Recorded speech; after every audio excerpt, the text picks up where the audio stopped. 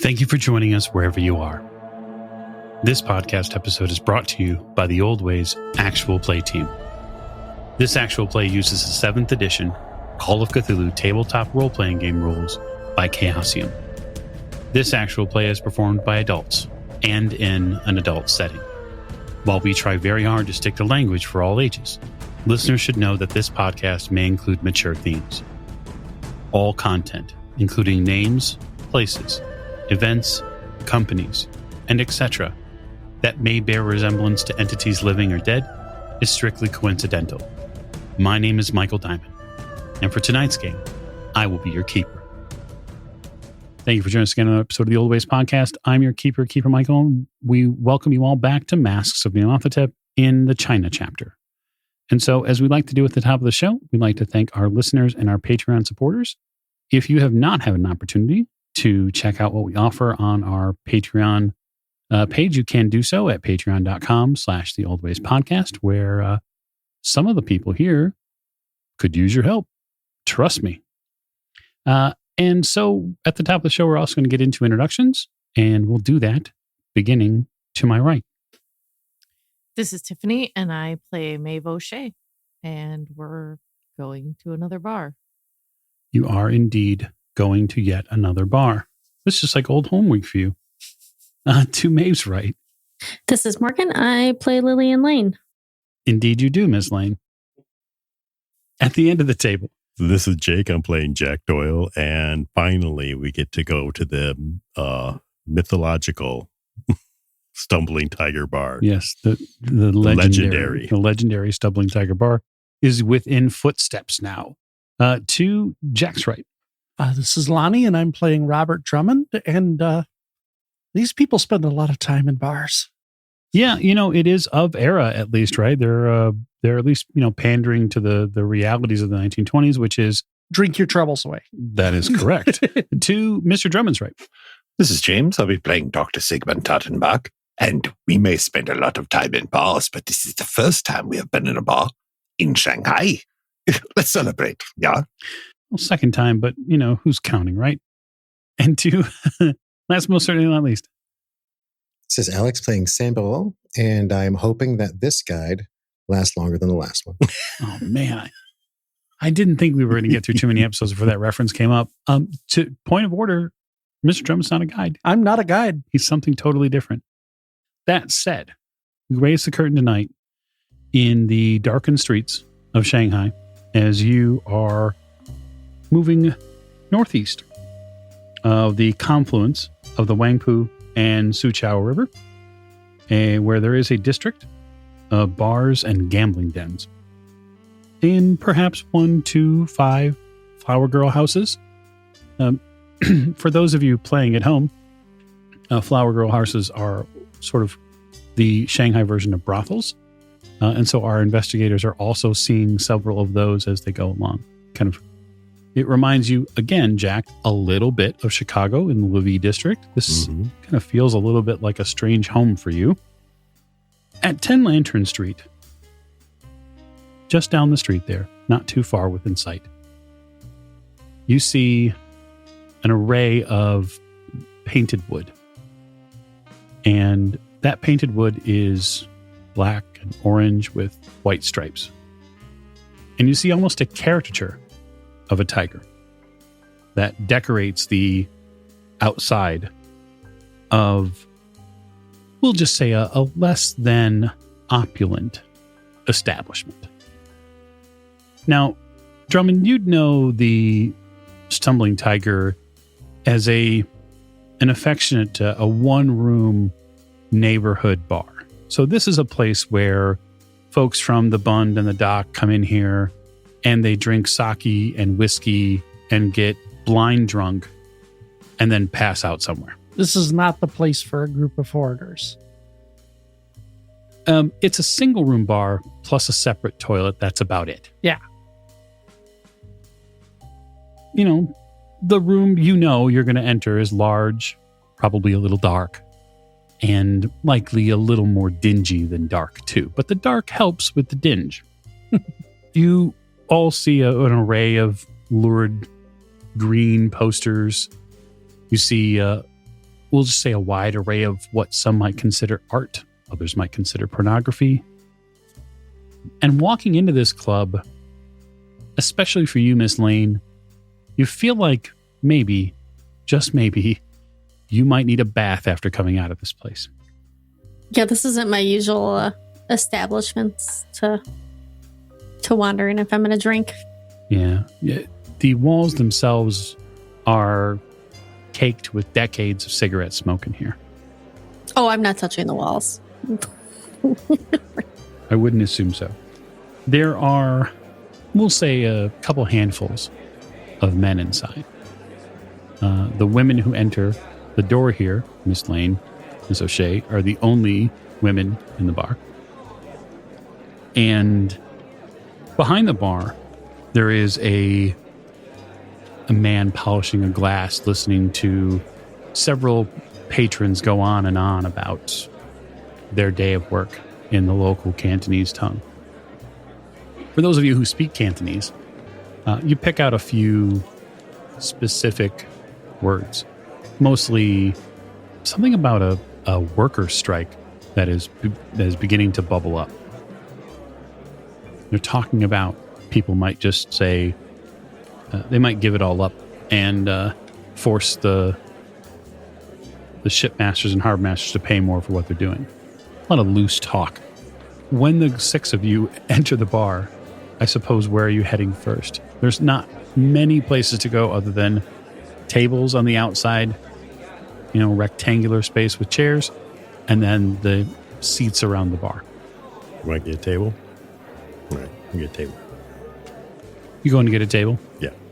You don't see any wait staff or waitresses in here? I don't think. Sam, you want to go with me to the bar? Sure thing. Miss Lane, are you going to be sitting in one of these chairs? Are you going to wipe it down for me? I will reverse my jacket and lay it on one of the chairs as I head to the bar. I kind of snort a little bit as I sit down. I'm going to have a talk with Sam later. In fairness to your own attire, sitting on his jacket is cleaner than sitting in that chair. I appreciate the gesture. I will follow Jack to the bar. Okay, the two of you walk up to the bar. There's a squat Eurasian man behind the bar. He is feverishly smoking a cigarette while he works very hard with his hands to clean out a glass. Looks like he's maybe working up a bit of a sweat to clean this one out. Excuse me. Huh? He turns around. You speak English? Yeah, I speak English. Okay. I order a round of drinks for us. Okay. How do you make that again? He turns back to the bottles and begins pouring. You're not sure that he's pouring that right, but Whatever. So, did you get a lot of foreigners in here? he turns around from some of the drinks he's making. He extends his hand towards you and the table. Yeah, we get foreigners in here. I've been looking for a couple of men. Reason to believe they've been in here. Oh, yeah? Yeah. Well, if they owe you money, I'm not interested. No, they don't owe me money. Families are looking for them. Hey, keeper, Yeah, go ahead. just letting you know, while Jack is talking to the bartender, I will have one elbow on the bar, kind of facing Jack and looking at the rest of the room, watching us, if that makes sense. Yeah, what do you like, the Harley Davidson and the Marlboro Man? Well, it's more, yes, kind of. It's more like if anybody is going to be, I'm wondering who's going to be paying attention to us, basically, is what I was. Sure. Yeah. Makes sense. I assume everybody's looking at us. The people left at the back table, if memory serves correctly, the calculated appearance score probably outranks everybody else in the bar collectively. So, yeah, both the bar area where you and Jack are at, and then obviously the table where the rest of them are sitting at, are people are looking because you're not locals, and it's fairly it seems to be fairly interesting. You said you're looking for families? No, I'm looking for men who their families are looking for them. Oh, yeah? Yeah. How many families they got? Well, 2 different men, 2 different families. Is that it? Yeah. It's hardly a story. Well, I've just started. Go on. He puts the first drink up. Both of them were American. They'd been here separately. All right. One's named Jackson Elias. Looks a bit like my friend here. He looks at Sam. I wink at him. He's dressed like a waiter. Why are you hiring? He smiles. He's missing a few teeth, but he seems not so much the dress. You mean he's dark skinned? Yes. Why don't you just say that? Oh. He's dark skinned. He puts the next drink up. Okay. He would have been here a few months ago. Coming through. Never heard of him. Never heard of him. That's too bad. How about Jack Brady? Yes. Another American, tall and blonde. Hard spot hidden roll, Sam. Okay. That would be 4 out of 85. That's an extreme success.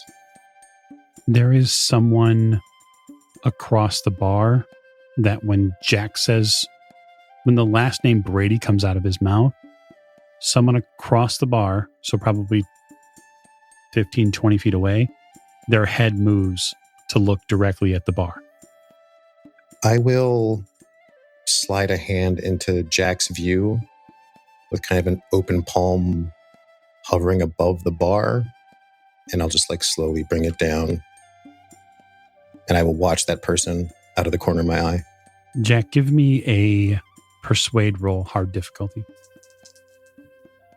Oh, yep, that won't do it. That's 36 over 33. I'm going to play Hand of Fate to upgrade that to a hard success. Somebody out there likes you. You see him put the rest of the drinks up, and you watch his physical stance change a little bit. And he leans in and says, I can't talk about him now. Enjoy drinks. We talk later. Okay. And he steps back from the bar and moves down the way to help somebody else. Those of you watching at the table beyond, watch the end of that exchange get strange. You don't hear what gets said, obviously. And Drummond, you're a little bit better read of a local. Something happened there. You're not sure what it is. Take the drinks back to the table. I'm going to stay at the bar for a moment and continue watching the fellow. Okay. I'll keep my drink there at the bar and keep an elbow up and sip on it while I continue to try to get an idea as to who that person is or why they might care. Okay. So if you're going to watch them for a little while, then as you do, I will give you a psychology roll when I believe enough time has elapsed for it. Sure. All right. You head back to the table with the drinks. Yes. Dole them out and sit down and then kind of lean in. Well, Jackson Elias didn't ring a bell for him, but he seems to know Jack Brady. So what is a hot lead? Perhaps. What did he say? He said he couldn't talk about him now, but later. The bar patrons come and go over the next, say, 10 or 15 minutes. The place doesn't necessarily drop in population. It's more like the fish of the sea sort of move around a little bit. Some men go to work. Other people arrive because they're off of work. Do you want noise or music to distract so you can do what you need to do? I don't know if we want to draw that kind of attention. I mean, we're already drawing enough. I mean, if you have an Irish woman in a pub singing Irish drinking songs, I don't know. Yeah, I don't know how many of these men know Irish drinking songs. Well, they probably won't, but the tune's always nice. Always gets the pubs rowdy. I have a feeling this place doesn't have a problem being rowdy. Yes, but do you want controlled chaos or just chaos?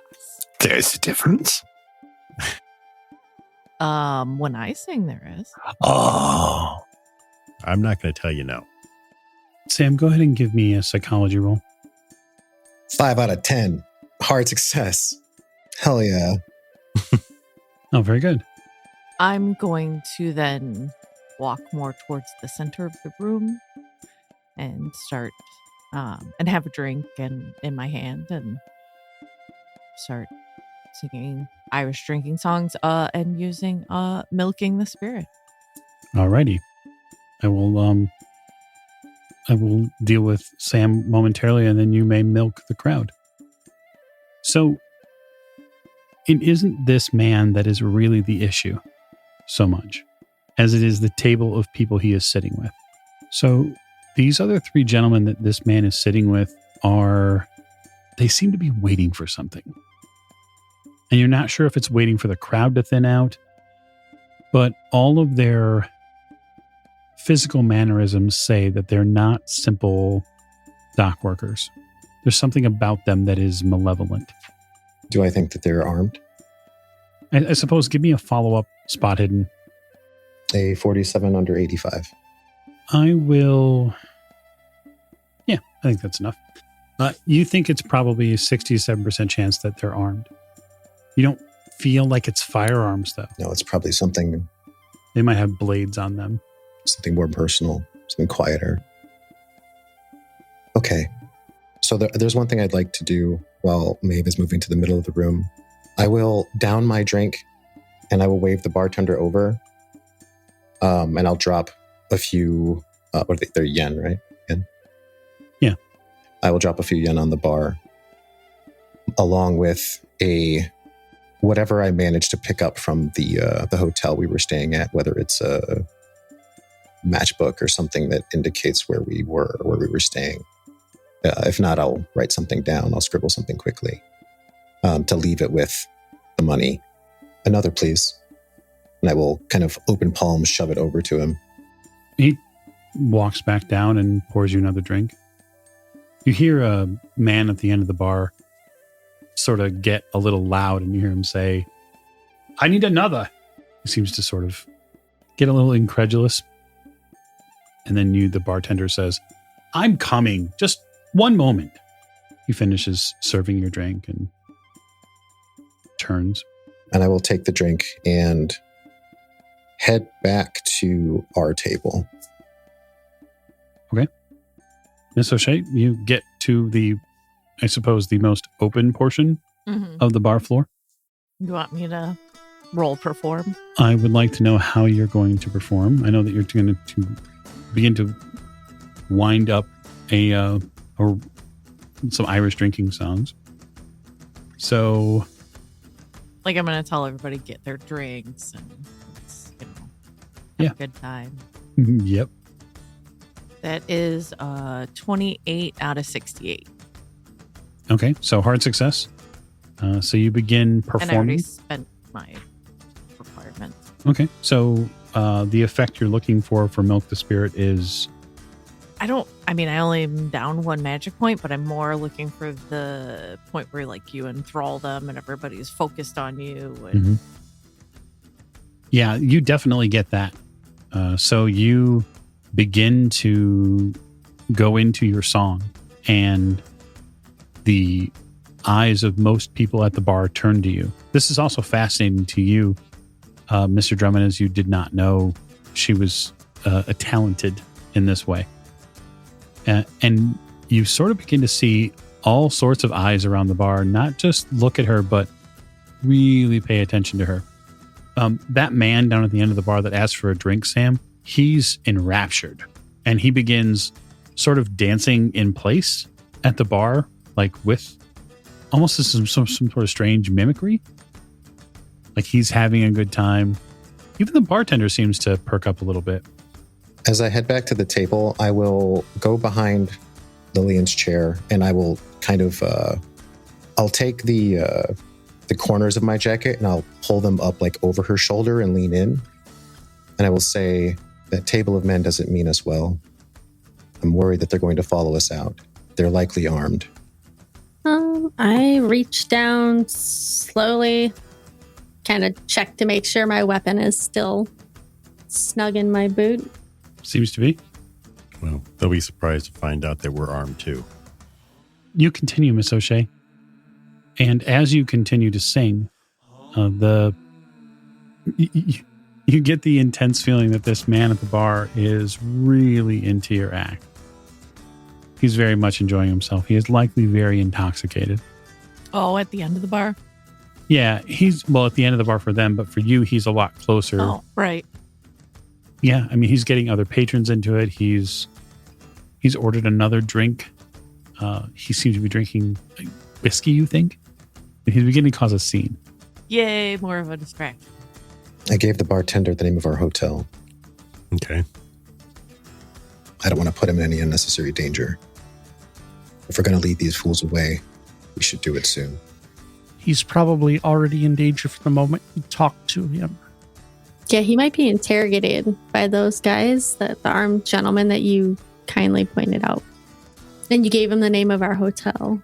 I gave the bartender the name of our hotel. Are we in danger? Probably.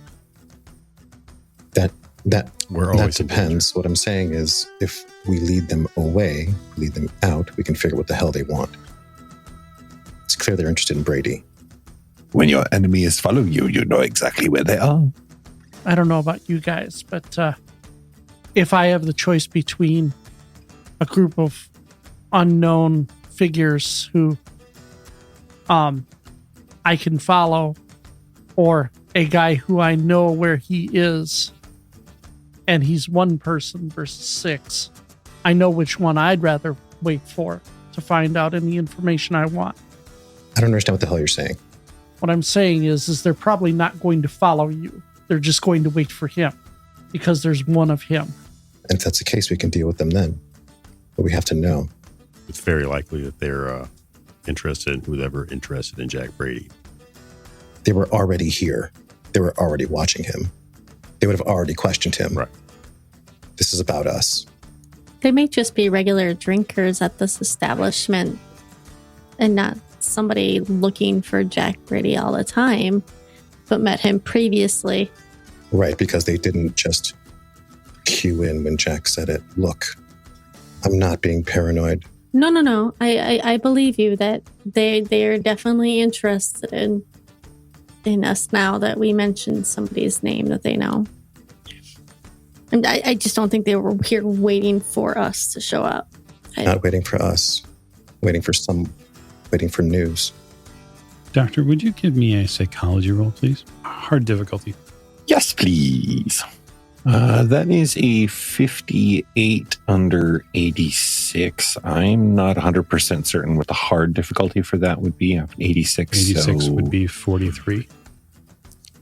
Yeah, I can't afford to spend a luck down. Okay, because the Hand of Fate's going to upgrade that to a hard success. Well, thank you, Hand of Fate.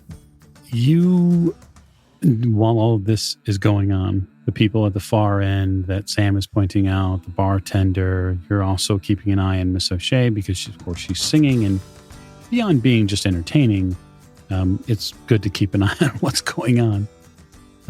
I always try to keep an extra eye out on Miss O'Shea because, I have to, keep an eye out on for her. Indeed you do. So in doing so, you are also noticing this gentleman that continues to sort of cavort and to drink and to dance at his position while Miss O'Shea is going through her songs. You come to the realization, just after watching him for a few very close moments, that he's putting on an act, that this is a well-worn act. He's attempting to appear more intoxicated than he actually is. You don't know why, but you can tell just after a few minutes of watching long term that this is a snow job. Well, if he wants to be drunk, I think it is a good idea that he be drunk. When the waiter comes back over to drop off the drinks, wait staff, whoever it is, I order the gentleman at the bar there, the loud one who is enjoying himself so much. I order him a double shot of something real heavy duty behind the counter. Like, just kind of eyeball it and go, okay, so that will take the paint off of a Foot Locker. So that's what I'm ordering him. Okay, so you order him a drink. You go up to the bar and order him a drink.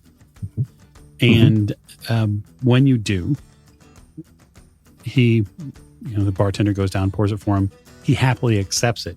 And you watch as the seconds tick by, as the music and, Miss O'Shea singing reaches yet another crescendo.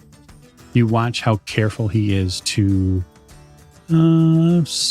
take a very slight sip, or to place it down on the bar with a resounding thud, which helps splash some of it around. He's very good. Well, you know what? That with quality of that caliber, he should be congratulated. I go down while I'm singing, because this is probably a tune that Miss O'Shea has sung before. Mm-hmm. I think if I remember right, I taught everybody on the train. Yeah. Wunderbar. I join in as if it were an old German beer house drinking song and throw my arm around him. I drink my drink and I slide his drink back over and gesture to the bartender for 2 more. Big smile on my face. I'm just having a good old time, Doc is. And if he looks like he's not going to actually drink it, with a big grin, I peer pressure him literally into drinking the drink. Okay. So I guess what I would ask you, peer pressure, so you're going to persuade him. Yes? Yeah, we could go with that. It would be fast talk. Yeah. It would be persuade. Let me see here. I suppose given your field of study, you could technically, I would allow you to use psychology. Okay. Just because the doctor is very crafty with his words. That is exactly the way he's approaching it as this gentleman. He's plying exactly the things that the guy doesn't want to happen as he reads him on his way up. Okay. Up 71 under 86. Ooh. Okay, so you have him on the psychology roll. He seems to try to sort of verbally, oh no, I think I've had enough. I think I've had, he begins to go into this verbal backpedal. Well, if there's one thing Germans know, it's how to peer pressure people into drinking hard alcohol. Yeah, and you managed to do so. And he does eventually acquiesce to your mental request, which becomes a verbal request.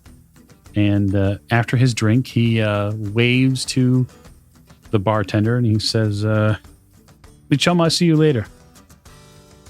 And the bartender waves to him and says, "I'm sure it won't be too long." And this man works his way out of the bar. Can I catch Jack's eye and head nod towards the guy as he's leaving? Sure. I do so. All right, slight nod. Wunderbar. 3 or 4 more people, patrons, take off. The song winds down a little bit. You recover the MP, and you might have been missing. And beyond the table that you're already watching, there's maybe 3 or 4 people. So 3 or 4 besides that table. Yeah. Okay. We don't want to do this in here. And it's about this time that table gets up and they head to the bar. I'll just watch. So remember, the room itself is a rectangle. Right. The bar itself is a rectangle. So there are places to sit on both sides of that bar. These men approach, we'll say, from a northeasterly position, and you are all essentially seated at a table at the south end of the establishment. So you're about middle of the room, but on the south side. The exit is in the southeast. I will take my mostly empty glass and in my left hand and kind of sporting my umbrella in my right, will also head to the bar from the other side. And I will side-eye our table as I walk that way. I'll gather up some of our glasses, take up to the bar. Okay. Things start moving very fast. You hear from one of these gentlemen, you hear it because it's in Cantonese, of course. So those of you who do not speak Cantonese don't understand what he says. but you hear the man at the front say, "It's been too long, Mi-chung. Now you pay with your life." And the bartender ducks. That's the first action that happens, right?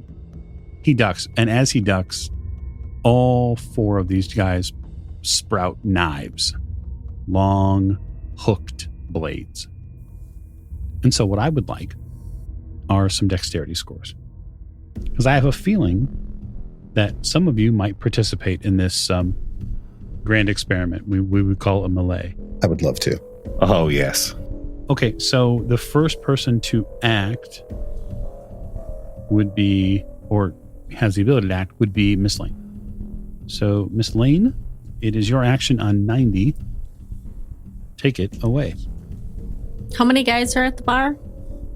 There are 4, I won't call them gentlemen. There are 4 men at the bar.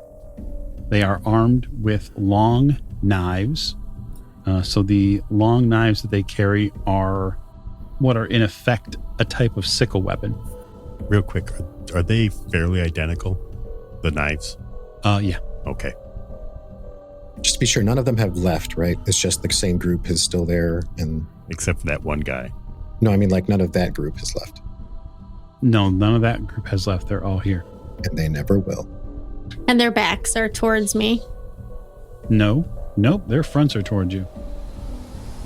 I guess I don't know how we're sitting in the bar then. So we're... Okay, no problem. I can explain it. Okay. So the bar itself is rectangular. Mhm. So imagine a rectangle.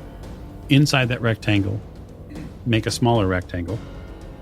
And that rectangle, the smaller one, is the bar, right? So it's a 360 degrees bar in the middle, right? Okay. And then there are outer tables, which is where you were sitting at. You guys were at the south end of the room. Okay. They came from this northeast section of the bar where they were sitting to confront the bartender who's basically in the center of the room. The exit is in the southeast corner, right? That's where you guys would have come in at. And then Miss O'Shea was singing in the western portion of the bar. Now, it's not very big, but it could probably support maybe 60 people total. I'm just trying to give you...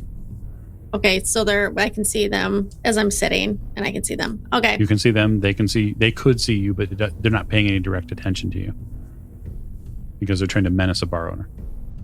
The bartender had ducked, you said, underneath the bar. Yeah, you hit the deck. I still have the pistol that Jack lent me back in Egypt. I think it was Egypt. Mm-hmm. It's your marital pistol. My marital pistol was my marital gift. I pull that out of my boot and I stand. And how far away are we from them? Yeah, I would say probably about 30 feet, give or take. There are people between you and them. So you can clearly take the weapon out and then make a decision about what you're going to do. Can I step towards them? Yeah, you can move. Suffice it to say, you could technically from your position move to the bar completely with your pistol if you wanted to. You would not have enough. Yeah, I want to move out of the way of any other patrons that are in there. Like, I don't want to be in the way. And I move up to the bar and I point my gun at them and say, "Gentlemen." Okay. Understood. That's your action. Very good. Mr. Drummond on 80. I see her blur out with the pistol in her hand. Yep. And she stalks towards the bar. I will also follow and reach for my pistol as well. Okay.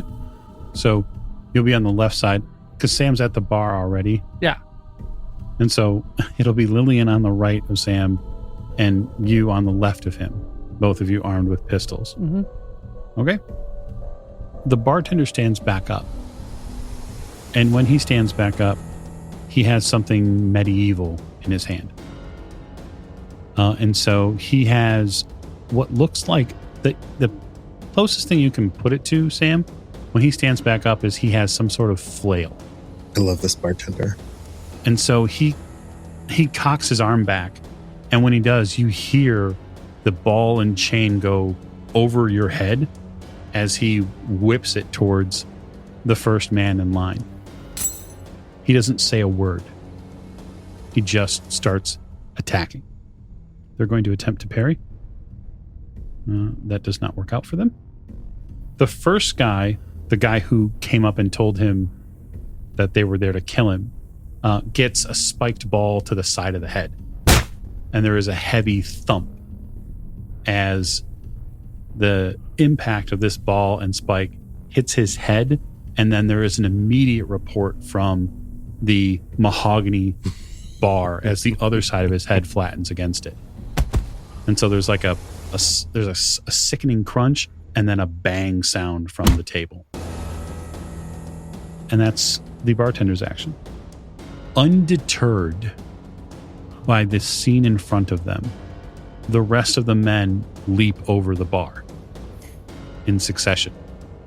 And they're going to attack him directly.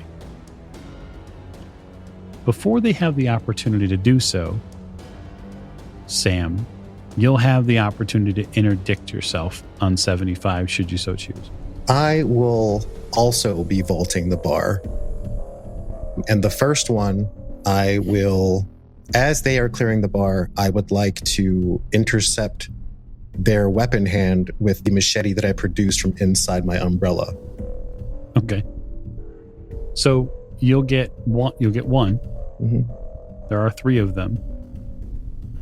So if you want to go ahead and make a fighting brawl roll with said weapon, you can. I will. That's a 41 under a 78. So this man is going to attempt to, in effect, parry your attempt to chop his hand off. It would only be 6 luck for me to make that a hard success, right? Yep, absolutely. I will spend the 6 luck. Okay. So he has to make a hard success or beat it. And that is not happening with 75. Okay, so roll damage. 7 with my magic stick. Okay. You slice into his arm, and it takes at the wrist and follows eventually and drags into pieces of his shoulder. He drops the weapon in sheer pain as blood coats the back of the bar. Am I between the 2 of them now? Or between the group and the bartender? Yeah, you're between the bartender and these other 2 men. Okay. And are thus going to get attacked in kind. Umbrella in left hand, machete in right hand. So if you would like to make a fighting brawl roll. I will parry, yes. On the first one, you may parry it. That is a hard success, 25 under 78. Very good. And then you can do so again if you would like. You are at disadvantage. I'll take the disadvantage. For the additional parry. So 61 under 78 is a success. So he has a hard success on the second attack, which means he's going to get through. Okay. That is 6 damage you take. Ouch. So the sickle comes in. You parry the first one with the machete. That's steel on steel, relatively easy. The hook part of the sickle on the second one gets under the umbrella, and it punctures your side. And when it pulls back out, you feel like somebody tried to tickle your ribs with it. I will growl and hiss. But that's Maeve, 65. The 2 guys behind the bar or 3? Because the one got dropped, right? He's not down, he's hurt.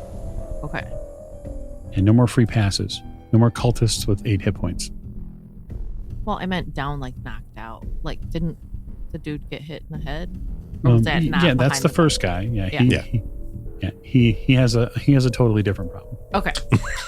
Anyways, I guess the one that just stabbed Sam, I will shout for him to freeze.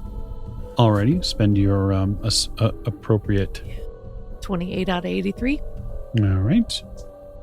You shout. What are you shouting? Freeze. Sam, you're locked in the graceful art of pugilism and fine art of knife fighting when the person to your right comes to a screeching halt. He freezes, and you can see like the etching of terror on the backs of his eyeballs. Maeve yelled at him, didn't she? Oh, yeah. Okay. So he'll be frozen for his next action. Remember that sort of dominate only lasts, it's instantaneous, but it only lasts so long. And yes, you can keep dominating people, but it gets expensive after a while. Right. But fairly played. Jack on 60. Okay, so both my hands are full of glasses. Mm-hmm. So I'm just going to drop them. And then pull out my gun. Okay, you pull out your gun. That's it. Well, can I get a shot off? I think I'll give you one if you're not moving. Okay. All right. Yeah, I'm not moving. So free action to drop the glasses, one to pull the pistol, and you'll get one shot because you're not trying to move anywhere. Yeah. I will shoot the guy that Sam already stabbed. Okay. Oh, no. 76 under 84. Okay. Roll damage, D10. 8 That man... plus 2. So 10. 10. Okay. So he drops. Sam, Get a face full of brain. Yeah. You get... Boy, those clothes last. Those nice clothes lasted just a few days, it seems. Hopefully there's a real nice, quick laundromat around here or some sort of, clothing care services because you are going to need it. You feel the speckles on your skin and you work very hard not to re-engineer the feeling that your brain at one point would connect between that sort of sensation and pleasure. We're here to protect this man. Right. And speaking of protecting him, Sigmund? Is the bartender down closer to me or is he's down towards the melee, yeah?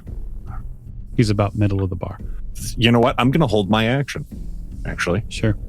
Very well. Top of the round. That is you, Miss Lane, on 90. Actually, apologies, on 140.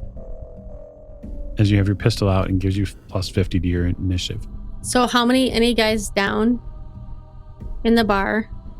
Yeah, there's the one guy whose face is now seemingly broke. He does not appear to be moving very well. Jack shot a guy, and there are 2 more people who are engaged in melee combat, essentially with Sam. Is there anybody in my that I can get a shot off on that's not going to harm somebody else there? I mean, you could easily, with your movement rate, simply step to the side and get an easier bead on the guy who doesn't seem to be moving right now. You mean the guy that's face down in the bar? No, there's a guy who's facing off with Sam who suddenly is not moving. He seems to be, maybe he's gauging his opponent, maybe he's been trying to figure out where the opening is, but there's something about him that's a little not right. So what I'm going to do is is there an opening to the bar where I can get to behind that guy? Yeah, you could move through one of the spaces, empty the open spaces below the bar where people enter to work. Okay, I want to do that and then go up behind the guy and I want to smack him with the butt of the pistol on the back of the head. Okay, sounds good. Go ahead and give me a fighting brawl roll. Okay. So Sam, from your vantage point, out of the corner of your eye, you see Miss Lane move into position, and then she raises her pistol as if to strike this person. I'm helping. I'm a helper. No, but I'm going to spend luck on that. I'm going to spend the luck. 8 luck. 8 luck. You spend the 8 luck. Very good. So we'll say that does a... You're specifically trying to do a knockout blow? Is that what you're trying to do? Either that or... Well, I don't think I'm strong enough to do that, but... Am I? Yes, you are. She's going to pistol whip it. Everybody is strong enough to do enough. it. Sure. So there is a specific action in combat that are called knockouts. When an attack inflicts an amount of damage equal to or greater than half the target's hit points, you can force them to make a con roll to remain conscious. Right? So if the maneuver is successful, the opponent is rendered unconscious and only suffers 1 hit point worth of damage. So what I'm going to ask you to do is I'm going to ask you to roll pistol whip. I'm going to say that's D4. Heavy metal object. So roll a D4. I got a 2. All right. So you've done at least a point of damage. I'm going to make a con roll for him. This will be funny too because he'll be stuck. and then unstuck. Okay, you give him a good wallop in the backside of the head, and you feel a rather strange sensation vibrate through your elbow. So that is Miss Lane, and then the bartender go. Actually, sorry, Mr. Drummond, if you would. So there's only the one guy up. Yeah, yes, technically. So one of the men behind the bar who was engaged with Sam has now been hit in the back of the head. He has not moved yet, but he's been hit soundly by Miss Lane and the backside of her pistol. There is another man engaged in melee with Sam who is still very much spry and trying to land that sort of hook sickle weapon. And this is a weapon you'd be familiar with because many of the gangs around here carry similar weapons, and the entire purpose is for cutting limbs off. I can't shoot into a crowd like that. Not responsibly. Oh, I mean, Oh, and you can. I'm going to approach from I'm going to run up the bar, basically. Mm-hmm. And the guy has just vaulted over the bar, right? Yeah. So he's within arm's reach. Fairly easily, yeah. I'm going to try and grab him to restrain him. Okay. That's a fighting brawl roll. 22 under 25. All right. Yeah. You grab hold of him. Mm-hmm. And so now he's in a grapple. Mm-hmm. And so he's going to have a lot hard time moving around and doing anything like attacking Sam, that's for sure. You get him slowed down, and you begin hearing a sound whip through the air. And McChung hasn't stopped with his movements. He hit the first person, people froze, people attacked. He continues pulling this spiked chain around, and he's going to attempt very viciously to land this in the face of the guy that you're holding back, essentially giving him advantage. That's fine. Ooh, that's a 1. So that's impale. You impale with the flail? I can impale with a melee weapon, sure. Hmm. It's a spiked flail. I just don't It was his grandma's. Sure, why not? It's me fighting me, which is even better. Right. So that man takes 15 points of damage. You're holding on to him when suddenly there isn't much of a head left. You are doused in brains and fluid and matter. Of course, this isn't necessarily the worst thing you've ever seen. I suppose for clarity's sake, have you ever seen a dead body? I might have. Yeah, just maybe. So we'll forgo that sort of sanity roll. With that being the third of 4 parties, because one is, still frozen, the initiative will fall to you, Sam. Well, having probably had to duck a bit again after that last swing, I will use my lower position I'm going to divide this man from where his legs meet up. Already? So he's frozen, right? He is frozen, yes. And so you get advantage on the roll. I put my back into it. I mean, I guess I'll just take the 18. That's fine. You take the 18. Okay, well, roll damage. It requires an extreme to impale, right? It does require an extreme to impale. I don't need to impale him, do I? That's not really for me to decide. How many points would it be for me to impale him from an 18? So 3 points. Let's do it. Okay.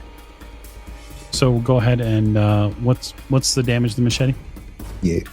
Okay, so it's 8 plus rolled damage plus any damage bonus you have. So 5. So 13. Okay. Yeah, you make him a lot shorter. In effect, the machete is an effective weapon for a lot of things, and it becomes super effective here. And Lillian, you are given a front row seat to some of Sam's handiwork. The bar empties out, and you hear the rattle and clatter of a chain settle. And you can tell the bartender's breathing heavy. I look for a bar towel. Yeah, there's one over there. I grab it and wipe my face off.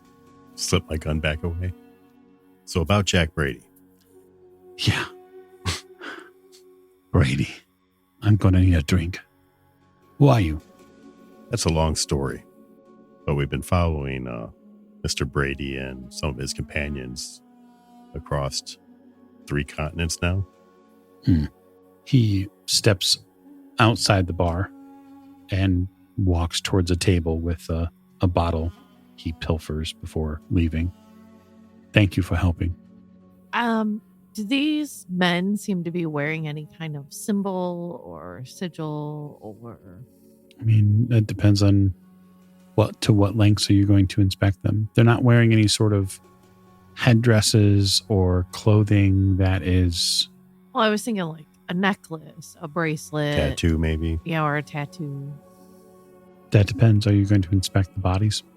Yeah, I'll lean down while he's getting his alcohol and take a look at the bodies, because I have a feeling these guys might be cultists. They have yeah, like I'll look weird-ass, on their like wrists. knives.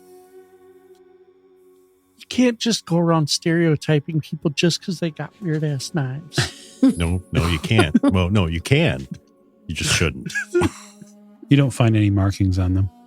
I mean, I'll assume they're just random gang people that like... I'm going to assume they're cultists. I'm always going to assume they're cultists now. Everyone who's not us is a Yeah. cultist. So what do you want to know about Jack Brady? Well, we have a feeling he's in Shanghai. Nope. The information that we had placed him here. He's not here now. He went on a trip. He'll probably be back. Well, his life's in danger. Oh, he knows. Seems your life's in danger. Who are these people? Tried to kill you. You piss a lot of people off in the business I'm in. That's not an answer. Are you here demanding answers? No. I'm asking you who these people were. These are... He looks over. These are green gangers. They want the bar. They want the property. I won't sell. What's their interest in Jack Brady? What's their interest in Brady? Brady's been doing what he can to build up some of the workers' unions here. He's been working on munitions. He went to go do a deal with a man named Charlie Gray. He's hoping to lift their spirits and their magazines, if you take my meaning. Brady's an arms dealer? No. Brady's a man running from one life to the next. But he's a helper. He can't help it. People come to him. They say, I have a problem. Jack Brady helps. No, kind of like a fixer. Sort of. When will Jack Brady be back? Now, I say this as I grab one of the sickles knives that the man's wrapped in, sit down at the table, not to be threatening. I'm taking it with me because... Okay, so you might not believe you appear threatening, but perception is a little different on the other end of the sickle. I'll put it down on the ground. He says, you're pretty, but I'm not his secretary. Okay, when did he leave? A little while ago. A week? Well, when he gets back, if you could get us in touch with him, I think we can help each other. Why you want to know where he is? Because part of the life he's trying to leave behind is something we have to deal with. You seem like pretty good people. And pretty effective. He eyes you, Drummond. I've seen you in here before. I'm busy wiping myself off with a bar towel. Well, what I can tell you is, when he comes back to Shanghai, I'll let him know you're staying at this hotel. He can get in touch with you. That's all we ask. What about retribution from this? I don't keep a flail under the table for no reason. Escalation, though. Won't they be back? Oh, yeah. And in greater numbers. Do you want help removing the bodies? Yeah. You help make them. I like this man. You're a very good singer. Thank you. I used to sing back home too. Where's home? Chicago. Oh. You're far away. Yeah. You been in Shanghai long? Oh, yeah, all my life. I was born here. I'll probably die here. So what can you tell me about, or what would you be willing to tell us about a potential local trader, shipping magnate? Ho Fang? He takes a big breath in. Ho Fang? He sort of looks around the group. Ho Fang's pretty dangerous. He puts on a good face, though. But if you're here in Shanghai long enough, you eventually learn what Ho Fang does. And what does he do? Anything he wants. He has many fingers in many different shipping and receiving, ammunitions, prostitution, drugs. But his main goal is the acquisition of precious material, religious artifacts. Antiquities. Yeah, what he said. Do I know this man? Ho Fang? Mm-hmm. Yeah, you know of him for sure. It would be impossible to be in Shanghai and do what you do without knowing who he is. You may not know deep particulars about him, but you'd know of his contacts that run around the international district or the international settlement. If one were so inclined and I'll say stupid enough, where would they find him? French settlement, but I would be aware. There is not a Chinese official who can touch him. He is deeply politically powerful. He leads an order. Order of the Bloated Woman. I look at everybody else. I kind of sneer and grab my wound and limp over to the doctor. Sit down, sad. I agree. Now that sounds like a cult to me. I don't know much about it. Yeah, that sounds like what we're looking for. Mm-hmm. Do they all wear like a special symbol? Do they all wear same colors? Do they carry special swords? Well, they're partial to the sickle there that the pretty girl has. But it's a pretty common weapon among the Chinese gangs here. Right. Well, I'm going to drag bodies. I'm also going to pat them down, basically. I'm going to remove everything from pockets. Sure. well, yeah, you got to loot the bodies. Yep, exactly. Am I going to die, Doctor? Someday, probably. But right now, Today? doesn't look like it, no. But I wouldn't suggest any more overzealous activity, you know. This is going to take a while to heal. I'll try not to get stabbed again, I promise. I would suggest you do. If you do get stabbed, try to keep it to a minimum. Somewhere non-vital. Once a month, tops. So they do have very similar sickles, all of them, right? Yep. These sickles are razor sharp. Would be good for cutting flesh or fish. It is also likely that some of them have been used to do both. Yep. Because of their effectiveness. That's not sanitary. And why don't you give me a hard spot hidden roll, Mr. Drummond? I will attempt to. So you are doing some detailed work with the bodies here. I will spend 3 luck to make that a hard success. 22. Very good. You find a small tattoo in the left armpit of one of these men. Wow, that is a detailed. And it is kanji. Mm-hmm. But you find it, and that gives you pause. And then you check the next one, and you find another one. Now, you're fairly aware of the Green Gang, but Mhm. you're not aware of them running with armpit tattoos. No. What's the kanji? I'll send you a picture of it. By the way, I'll help drag bodies out. While the doctor's working, I'd like to continue talking to the bartender. Okay. Is there anything you can tell us about? We caught on to Ho Fang based on a shipment that we saw coming out of London. The Ivory Wind. You familiar with the vessel? I've never heard of it. There are thousands of ships in these ports. What's the meaning of it? Ivory Wind. I don't know. That's just the name of the ship. If it comes up, I can give you a message. I was actually kind of curious. What happens to you now? Do you just clean up your bar and get back to work and wait for these guys to come back again? Yeah. Where else would I go? I don't know. I imagine, is this the first time this has happened? No. Sadly. Which is why I want to see Jack Brady too. I'm tired of these people showing up. I guess I'd hate to, I don't know, leave you vulnerable. Vulnerable. He shakes his head. I'm not defenseless. Clearly. But enough of them, flail or not. You want a drink? Yeah, I could use a drink. Okay. Because this is still bought. And I'm still bought. I'm not changing my life. He pours you a drink. Well, I'm not paying you again tonight. No, you drink for free for the rest of the night.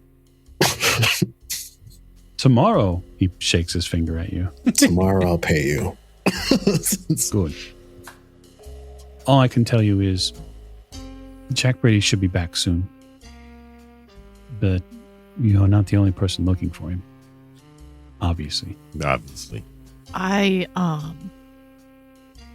think that this bar will be Jack's regular stop. Yeah. I'll make a regular stop here. Not too regular. No. He shakes his head. I wouldn't want to bring any trouble to you. You see him stretch his arm out. Hey, those guys were already here when we showed up. Hey, it wasn't our fault. Holy shit. I take a big old drink. I think that's as good enough of an ending for me as it needs to be. So thank you so much for joining us on another episode of Masks from Nyarlathotep. We greatly appreciate your listening ears. In the next episode, we'll see what else our investigators can uncover. Thank you and good night.